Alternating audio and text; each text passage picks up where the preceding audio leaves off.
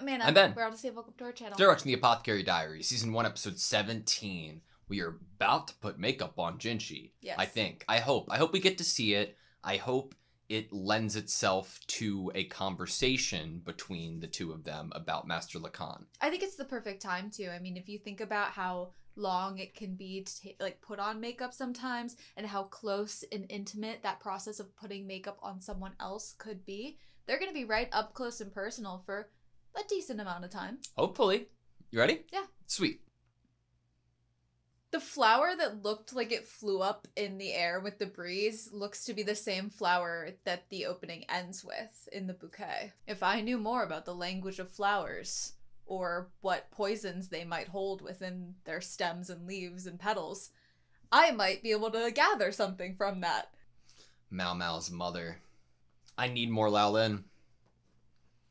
We were introduced to her, and then they were like, but we're not gonna be seeing her.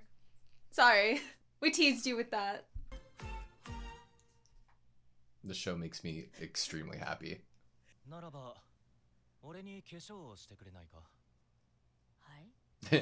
And that is how I came to be in this predicament.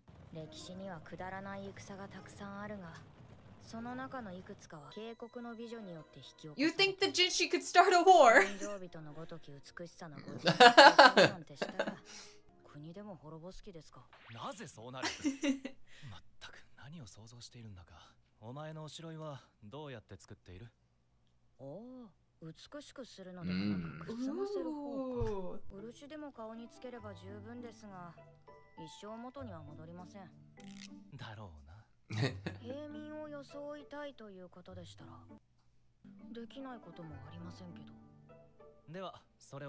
Okay.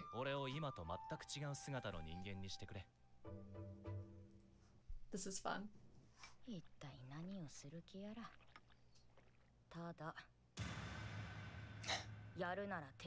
I'm going all out. Let's to make go. him look like a commoner? A jaunt around town.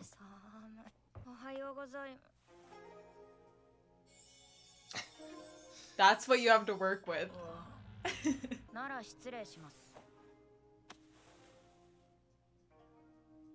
Look at Goshen.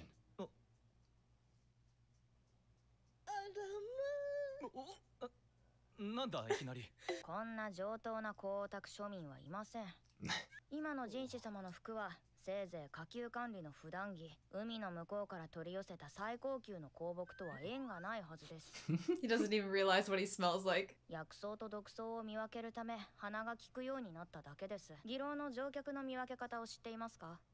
By their smell.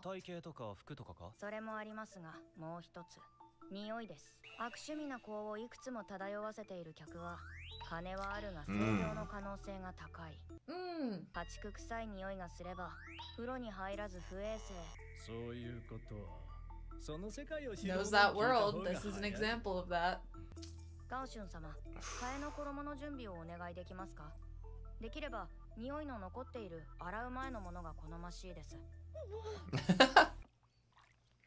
Mao did say that she was going all the way. Oh.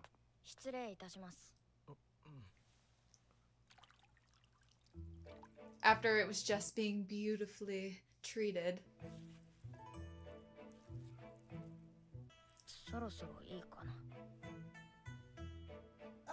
What was this?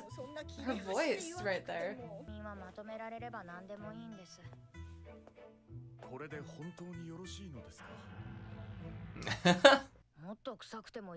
Could be smellier.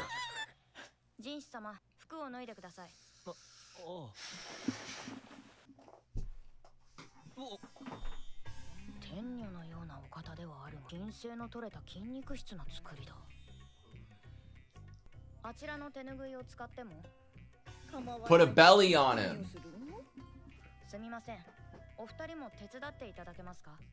He's so embarrassed.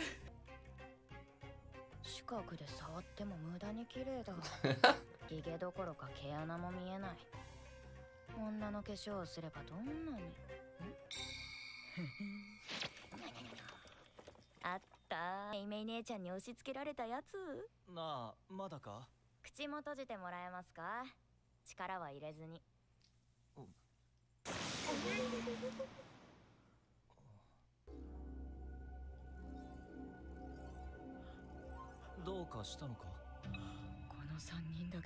glad we were alone here. It would have been a disaster.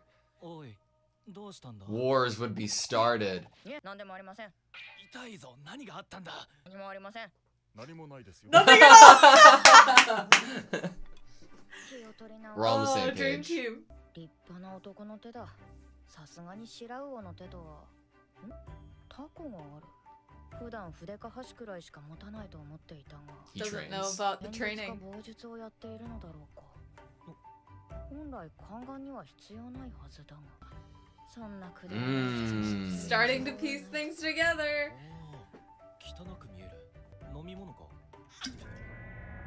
Oh For my bad god. breath.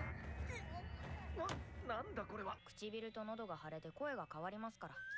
何が入っている？数種の刺激物です。とても辛いですが、毒ではありませんのでご安心を。 The trust, though. 全部飲んでください。 Like, he's drinking something that will irritate him, but the trust. 綿です。輪郭を変えるために頬に。 Wow. Wow. Oh, yeah, to puff up his cheeks a little bit. それでも2枚目半くらいに。 And yet, he's still pretty handsome. ともかく自分にでき Good る job, こと Mao を Mao. 全てやった。チャオマオ、今日は実家に帰ると言っていましたね。はい、明日まで暇をもらったので。高春様にしては珍しい表情だ。それならジンス様も途中まで同じですよね。え？別人に変装したところで Look at him. いつもと同じ従者を連れていてはおかしく思われるでしょう。 His mouth, like, can't close all the way because of the cotton. お前が来れば助かるんだが。いかん、ジンス様も乗り気だ。申し訳ありませんが、私がジンス様についても代わり映えしない The timing, though. That Mao Mao was going home. このようなことは。なら、シャオマオも変装すればいいんじゃない？ Oh. それはいいですね。お化粧用のハケ Oh my god. 揃ってるわよ。でも、普段と似ても似つかない姿になればいいのよね。ねえ。嫌な予感しかしない。 So excited. ジンス様、姿勢が美しすぎます。お前こそその口をやめろ。では何と呼べばよろしいのですか？ They really did her makeup nice. 私のことはジンカとでもお呼びください。 Oh, so they're switching roles! She looks 確かに cute. 睡蓮様の Interesting. 生 Her 地の daughter. デザインも仕立てもよく、古臭くもない。格好だけならいいところのお嬢様と言ってもおかしくないだろう。何がそんなに楽しい？ The role reversal is so cute. こちらが地図です。シャオマオにはお嬢様のことは私にお任せください。よろしくお願いします。 He is loving every second of this. ジンか。お嬢様、人種という名もそうだが、男の名にはあまり使わない。やっぱり女装にした方が良かったかな。いや、世の平和の。 If I want to maintain peace in our realm.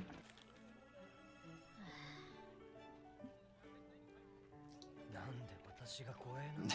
Of course, there would be a bodyguard. That makes し sense. かも隠れながらって意味が。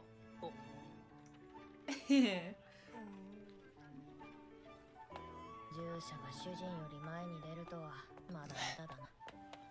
ジンか。申し訳ありません。 Wonder what the significance of this まだ pseudonym 刃 is. 物は少ないの。お、小遣いももらったことだし、鳥を締めてもらっていい。買い物ですか？その格好で。 She looks so cute. I love it. The colors. They both have a lot to learn. 右に出る者はいないくらいすごい親父だが、損得感情というものが欠落している。本来食いはぐれることがない仕事なのに、あんなあばら屋に住んでいる。あまりに飢え死にしそうなら、さすがにやり手ババアが飯を流し込むくらいは。 He's bored. 何ですか？なんで黙っている。話すことがないから。 Look at him pout. ことでも言ったか。 Let him enjoy this. この匂いは一人。ちょっと待っててください。どうぞ。食べないうちに食べましょう。あ、香ばしい鶏皮、じゅわっと広がる油、食べられないんだよな。食べないんですか？この通り、毒はありませんよ。いや、 Cotton balls. どうぞ。 This is the scene from the opening. どうですか？野営の時のよりうまいな。塩が効いている。宦官は普通部 For 下のような soldiers. 仕事はしないと思っていたが。 So many pieces. そ Right? れにしてもうまそうに食べる。あらガオシュン、氷には触らないでね。懐かしいでしょええ、う。どうでした？すこぶる上機嫌でした。あなたにしては気の利く提案をしたこと。 They 一度 care 気 about に him a 入っ lot. たおもちゃがあれば坊ちゃんはそればかりで遊んでいたわ。こっそり隠すと手がつけられないくらい泣いてしまって、どうにかしようと苦労してた。一つのものに執着する。人士様はそれが許される He's 立場にあ allowed りま to せんか。 have. Interesting. But he wants it. We know that Jinshi wants to achieve. Do we have to Something rush so 早めに行っ much? た方がいいのではありませんか？俺とさっさと別れたいような口ぶりだな。そうでしょうか。別れたらもう一度戻って大根と鳥を買おうと思って He いる。 stopped walking. 別に宮廷の生活も悪くないだろ I'm glad he got himself う。 some. 生活よりずっといいと思うが。確かに悪くないですね。自分の意思で出資してますし、部屋も綺麗なものです。ただ、一人残された養父が生活できているか心配ですので。どうしたんです？いや、お前が薬や毒以外のことに養父は薬の死ですから、まだまだ長生きしてもらわねばですよ。よほど有能な薬師のようだな。裁縫の医術まで心得がありますから。 And 若い頃に he は裁縫に was 留学していた there. こともあったそうです。よほど優秀だったんじゃないか。留学は国に選ばれなければいけないはずだ。すごい人です。天は二物を与えずと言いますが、人間もいるんです。それは大層な御人だな。そんな御人がなぜ花町で薬屋を？いくら二物を持っていても一物を取られてしまいましたから。お前の養父が宦官だということか。そうですけど、花町式ジョークが滑ったのだろうか。 Jinji's gonna want to meet him. 親父は裁縫への留学を理由に、すなわち先の皇太后に宦官にされてしまったらしい。薬師いかん。言ってなかったかな。わざわざ変装までした理由が分かった。来てくれればよいもどういう意味だ？の。いえ、の馴染みには詳しいのか？まあ派手に立ち回る客であれば。どんな奴がいる？秘密です。守秘義務があるので。では妓女の価値を下げるにはどうすればいい？不愉快なことを聞きますね。 Unpleasant question. いくらでもありますよ。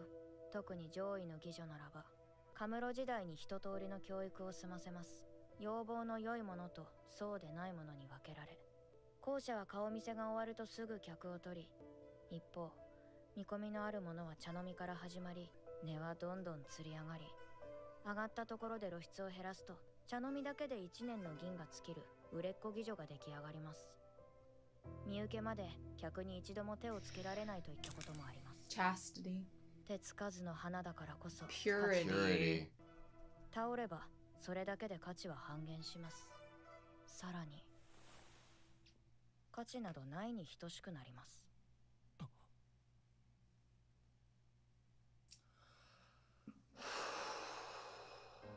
Fuck. Give me the next episode. Okay, that was the Apothecary Diaries, Season 1, Episode 17.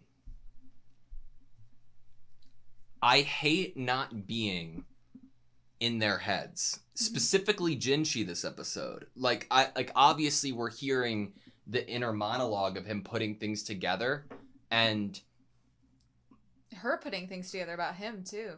For sure, but most importantly, the intel that he has right now is so much more than Mao Mao regarding Mao Mao's mother and Mao Mao's potential being.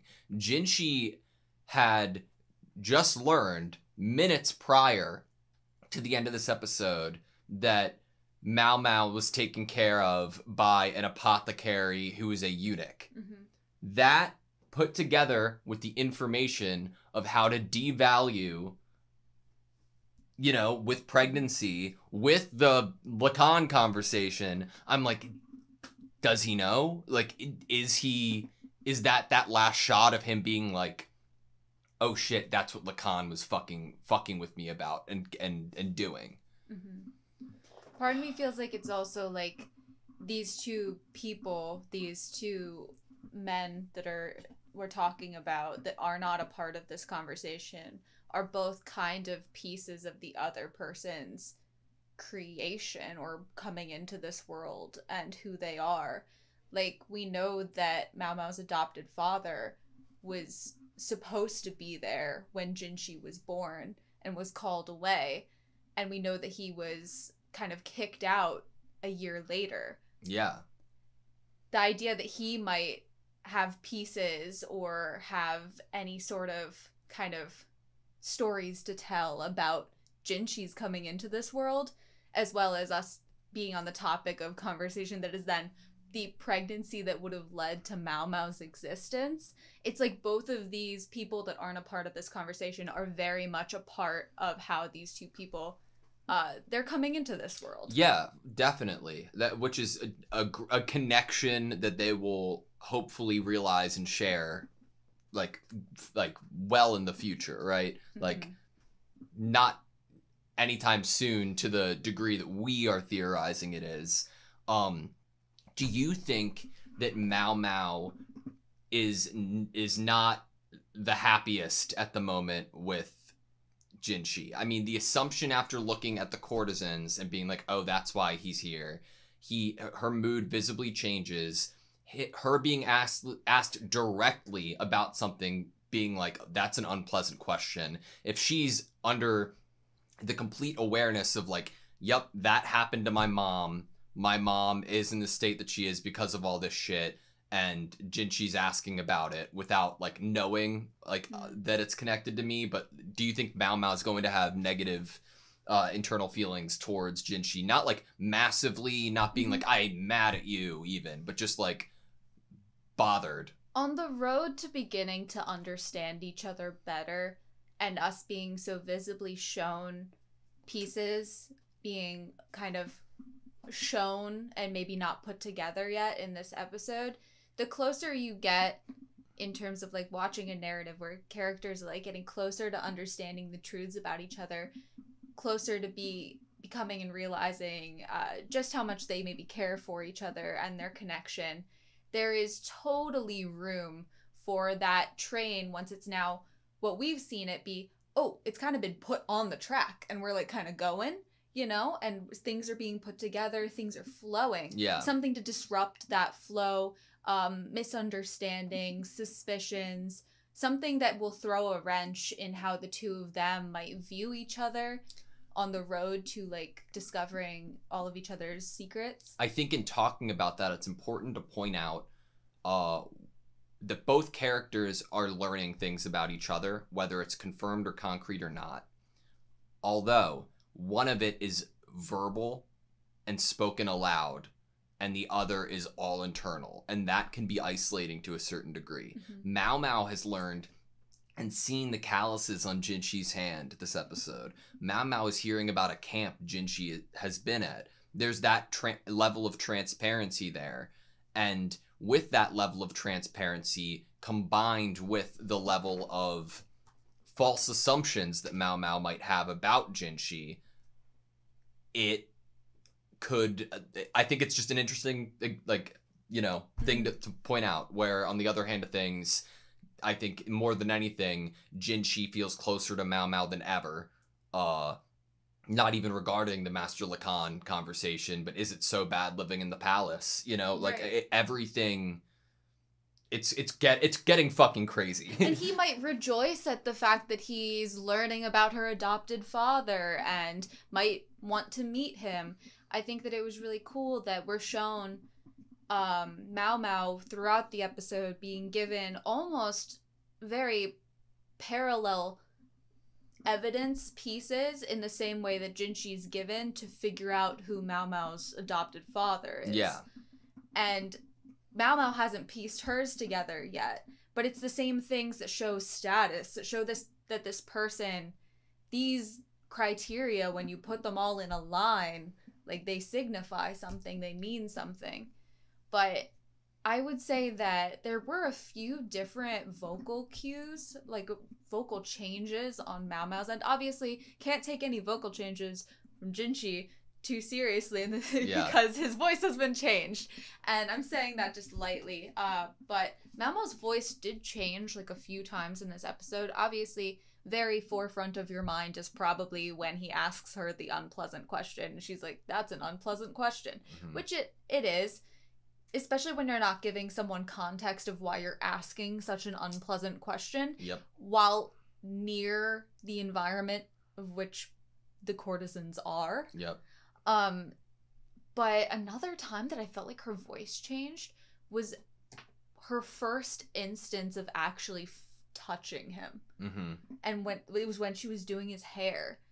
And her voice almost like changed, even though she was making his hair uglier. There was something there that I was like, something's changing within her in this like moment. It almost felt like. I think this entire episode was about meeting halfway, in terms of like where you've come from, what was comfortable to you, and what was perceived to be so much better than the palace, versus what this is all I've known, and I literally cannot. I have to put pounds of makeup on and wraps, which obviously I haven't done before, to try to get to understand this place of yours. I also don't want it lost on us of the conversation between Goshin and Surin? Yeah, Surin. Like about Jinshi's toys and what that, even though he's not allowed to hyperfixate on it, like what that means and what this actually is in front of us. What this trip to dinner in disguise, what it actually is. But yeah, so I really do want to unpack that a little bit. Like, Surin was talking about, we have had Goshin talk about the toys before, and we've even had him realize that, like, wait, Jinshi doesn't think of Mao Mao as a toy. Yeah. And we've had Goshin, at first he was kind of like, hey, Mao Mao, can you stop looking at him like he's a creepy bug? He really likes it, and that's not good for him. But then Goshin started to get to a point where he's like, once he saw that Jinshi was upset over losing Mao Mao and that Mao Mao had been fired, Goshin was one of the first people to be like cheering him on in order to like go speak with her. Mm-hmm.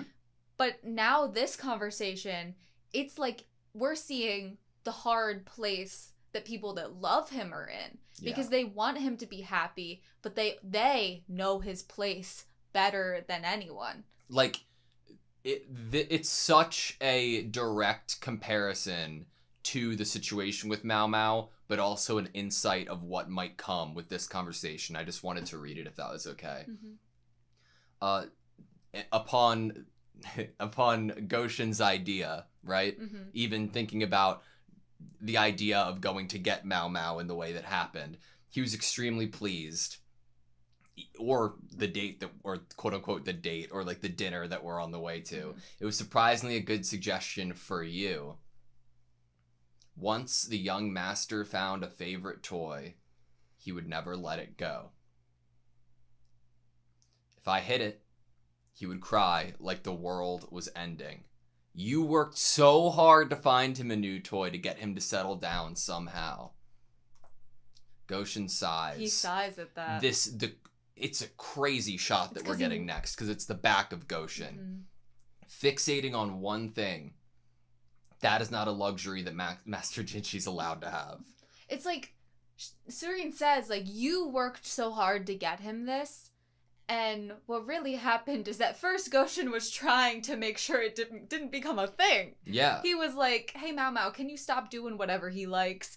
And then it's like, because of his love for Jinshi and because of like him watching Jinshi grow up and wanting Jinshi to be happy and knowing that like Jinshi kind of wants to be able to make a world where he can get what he wants and achieve what he wants as long as he does what the Emperor has designed for him. Maybe he can then get what he desires. Yep. But I'm not surprised that there's a sigh there upon almost being complimented. Like, oh, good job finding him a new toy that he'd really like. Like, because they're so complex. Because Goshen's also had, like, not that Sureen thinks that Mao Mao is dispensable or anything, but I think that in this conversation we have a new person that's meeting her that is more close to Jinshi, and then Goshen, who's had longer time with Mao Mao. I think it's also extremely transparent under their language that because of Jinshi's position, to them it seems like there's a time limit. There's an expiration date. And like, are they kind of reminding each other here that she needs to be thought of as the way I don't think they're reminding each other. I think they're talking on it. I think they're both well aware and it isn't like that, but I think it's extremely important that the next line that's said in the episode is from Jinshi saying, do we have to rush so much? Right. I mean, we get Mao Mao, I remember like 2-3 episodes ago, talking about how she loves that the group of people that she's surrounded by are intelligent and able to piece things together without things being like verbatim said. And I think that the show in dialogue, especially in that last scene, is a great example of that. Like, there's a lot of, like, deeper... We're not just talking about how Jinshi was as a kid with his toys. Yeah, I mean... That's not what we're really talking about there. Like, the idea of Jinshi even having to have security on this trip, like, that is a perfect example of showing his position. Right.